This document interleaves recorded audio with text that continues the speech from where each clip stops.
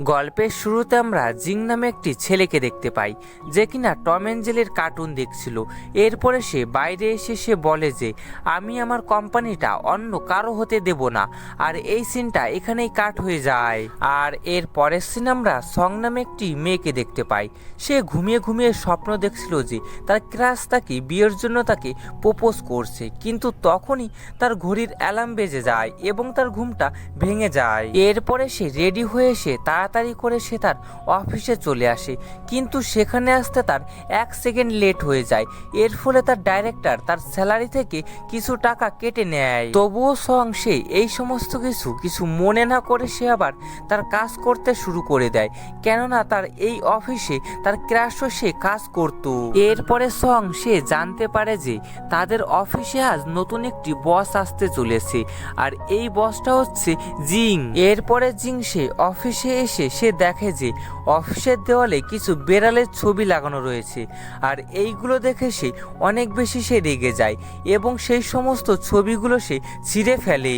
আর তখনই সেখানে সং চলে আসে এবং সঙের হাতে থাকা কফিটি জিংয়ের গায়ের ওপরে পড়ে যায়। আর তখনই সেখানে ডাইরেক্টর চলে আসে এবং সে সংকে সে বকতে থাকে এবং সে তাকে বলে যে জিং হচ্ছে আমাদের এই কোম্পানির নতুন বস। তো এই কথাটা শুনে সং সে তার কাছে ক্ষমা চায়। এরপরে জিং একটি অফিসে মিটিং রাখে এবং সে সমস্ত এমপ্লয়ীদেরকে বলে যে আজ থেকে তোমরা পশুদেরকে নিয়ে আঁকা কোনো পোশাক বা কোনো কিছুই তোমরা এই অফিসে ব্যবহার করবে না। তো এই সমস্ত কথাবার্তা শুনে সবাই অনেক বেশি অবাক হয়ে যায়, কিন্তু তবুও তার কথা মেনে নেয়। তো এরপরে লাঞ্চ টাইমে সং দেখে যে সে যেই খাবারগুলো তার বেড়ালের জন্য সে অর্ডার করেছিল সেইগুলো চলে এসছে। সে যখন সেই খাবারগুলো চেক করছিল তখনই তার একটি বন্ধু তাকে ডাক দেয় এবং সে সেখান থেকে চলে যায়, আর ওই খাবারগুলো সেখানেই থেকে যায়।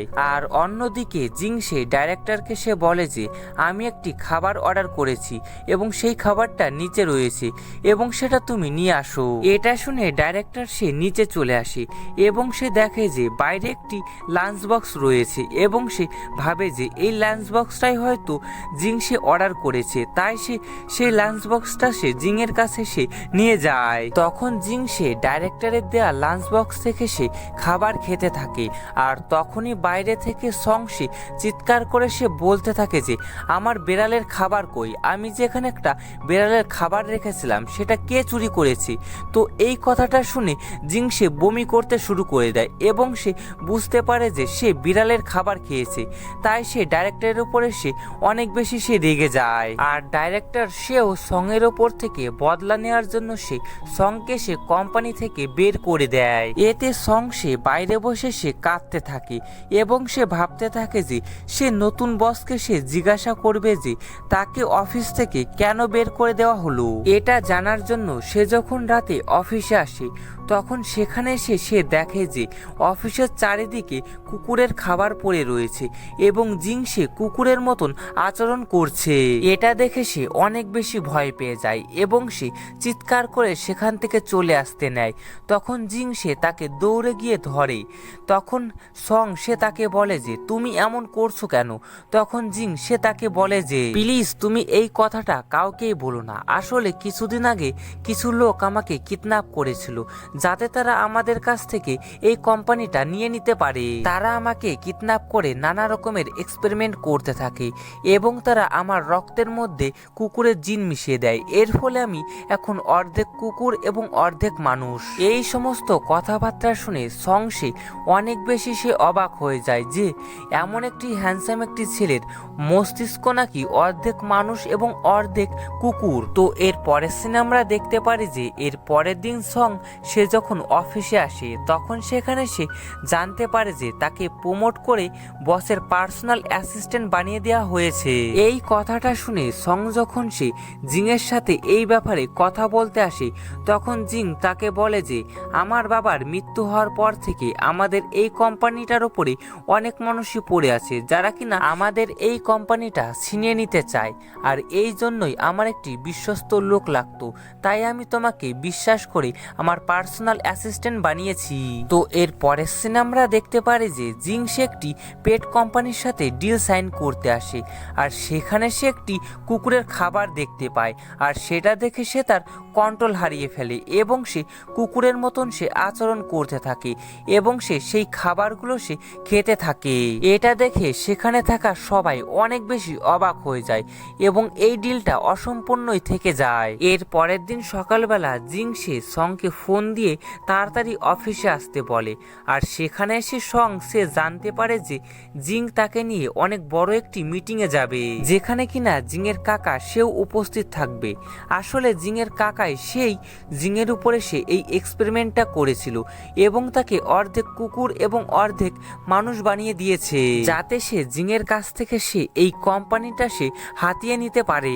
তো এরপরে জিং সে সংকে সে মিটিংয়ে নিয়ে আসে এবং সেখানে জিং সে সংকে সে তার গার্লফ্রেন্ড বলে সে সবার সামনে পরিচয় দেয়। এরপরে মিটিং শুরু হয় এবং সবকিছু প্রথমে তো ভালোই চলছিল, কিন্তু হঠাৎ করে জিংয়ের কাকা সে একটি কুকুর জিংয়ের কাছে নিয়ে আসে, যাতে সে জিংয়ের সত্যটা সে সবার সামনে সে নিয়ে আসতে পারে। কিন্তু তখনই সে এই জিনিসটা সে বুঝতে পেরেছে জিংকে সে সেখান থেকে একটি বাহানা বানিয়ে সে নিয়ে আসে এবং বাইরে এসে জিং সে সংকে সে ধন্যবাদ জানায়। তো এর পরের দিন সে যখন কিছু জিনিসপত্র কিনে নিয়ে এসে তার বাড়িতে আসে, তখন সেখানে সে দেখে যে তার বাড়িটা পুরোপুরি খালি করা রয়েছে। তখন সে বাড়ির মালিকের কাছে সে জিজ্ঞাসা করলে তখন বাড়ির মালিক তাকে বলে যে তোমার বয়ফ্রেন্ড সে তোমার সমস্ত জিনিসপত্র তাদের বাড়িতে নিয়ে গেছে। তো এটা শুনে সে খুবই রেগে যায় এবং সে জিংয়ের সাথে দেখা করতে তাদের বাড়িতে চলে আসে। তখন জিং তাকে বলে যে চারিদিকে এখন এটা ছড়িয়ে পড়েছে যে তুমি আমার গার্লফ্রেন্ড, তাই তুমি এখন থেকে এই বাড়িতেই কিছুদিন থাকবে, যাতে আমার কাকা সে সন্দেহ না করতে পারে। কিন্তু এই ব্যাপারটায় সে একদমই সে রাজি ছিল না। তখন জিং সে তাকে বলে যে তুমি যদি এই কাজটা করো তাহলে আমি তোমার ক্রাশ মিনকে তোমার কাছাকাছি আসতে অনেক সাহায্য করব। তো এই কথাটা শুনে সে রাজি হয়ে যায়। এরপরে রাতের বেলা জিং সে সংকে দেখায় যে কি করে তার কাকার লোক তাদের উপরে নজর রাখছে, তাই তাদের এখন থেকে তাদের সামনে মিথ্যে ভালোবাসার অভিনয় করতে হবে, যাতে তারা বুঝতে পারে যে তারা দুজন রিলেশনশিপে আছে। তো এরপরের দিন জিং সে তার কথা অনুযায়ী সে অফিসে সংকে এবং তার ক্রাশ মিনকে সে একসাথে আনার জন্য তাদের দুজনকে একই প্রজেক্ট দেয়। এতে সে অনেক বেশি খুশি হয়ে যায়, কিন্তু জিং সে তাদের দুজনকে একসঙ্গে দেখে সে অনেক বেশি সে জেলাস ফিল করে। এরপরে রাত্রিবেলা এবং মিন তারা দুজন একটি রেস্টুরেন্টে ডিনার করতে আসে এবং তাদের দুজনকে জিং সে অনেক দূর থেকে ফলো করতে থাকে।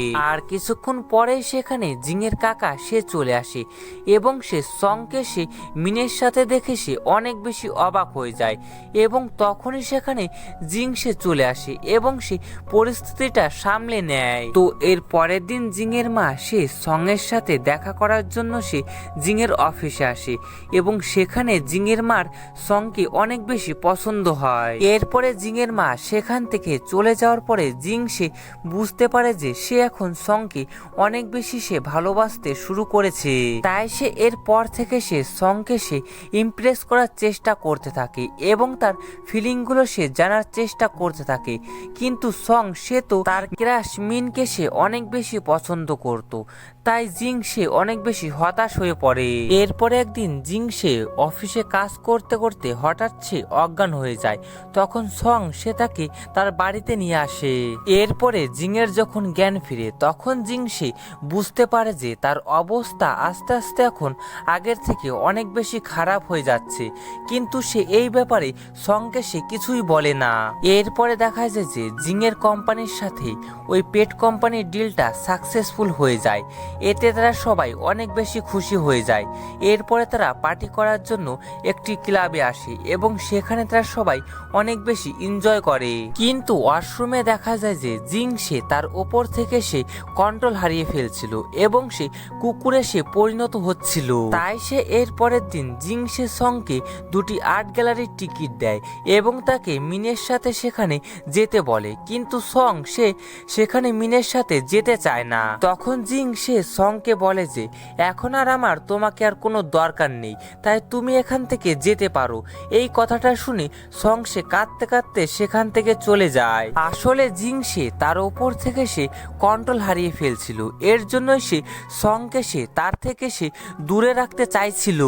এরপরে সং সে মিনের সাথে সে আর্ট গ্যালারিতে সে ঘুরতে আসে এবং সেখানে এসে সে শুধু জিংয়ের কথাই সে শুধু ভাবছিল এবং সে বুঝতে পারে যে সে এখন জিংকে অনেক বেশি পছন্দ করতে শুরু করেছে। আর এদিকে জিংয়ের কাকা সে জিংয়ের এমন খারাপ অবস্থার কথা সে জানতে পেরে যায়, তাই সে জিংয়ের পিছনে সে পড়ে যায় তার কোম্পানিটা সে হাতানোর জন্য। তো এরপরে সং সে যখন অফিসে আসে তখন সেখানে সে জানতে পারে যে জিং সে তার নিজের কেবিনে সে নিজেকে লক করে নিয়েছে। তো এটা শুনে সং সে জিংয়ের সাথে দেখা করার জন্য তার কেবিনে চলে আসে এবং সেখানে এসে সে দেখে যে জিং সে নিজের উপরে সে কন্ট্রোল পাওয়ার জন্য সে নিজের সাথে সে লড়াই করছে।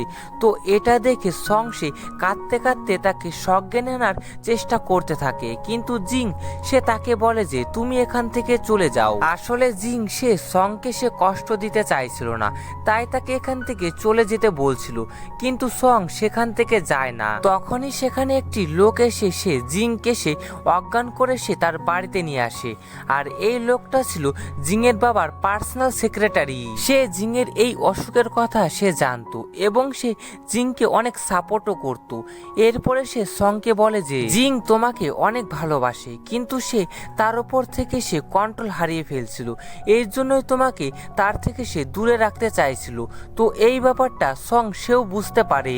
এরপরে সং সে জিংয়ের সাথে দেখা করার জন্য তার রুমে চলে আসে, কিন্তু তাকে সেখানে আসতে বাধা দেয়, কিন্তু তবুও সে সেখানে চলে আসে এবং সেখানে সে দেখে যে জিং সে তার ওপর থেকে সে একদমই সে কন্ট্রোল হারিয়ে ফেলেছিল। তাই সে তাকে শান্ত করার জন্য তাদের আগেকারের কিছু স্মৃতির কথা তাকে মনে করাতে থাকে এবং তাকে তার লাভ কনফেস করে।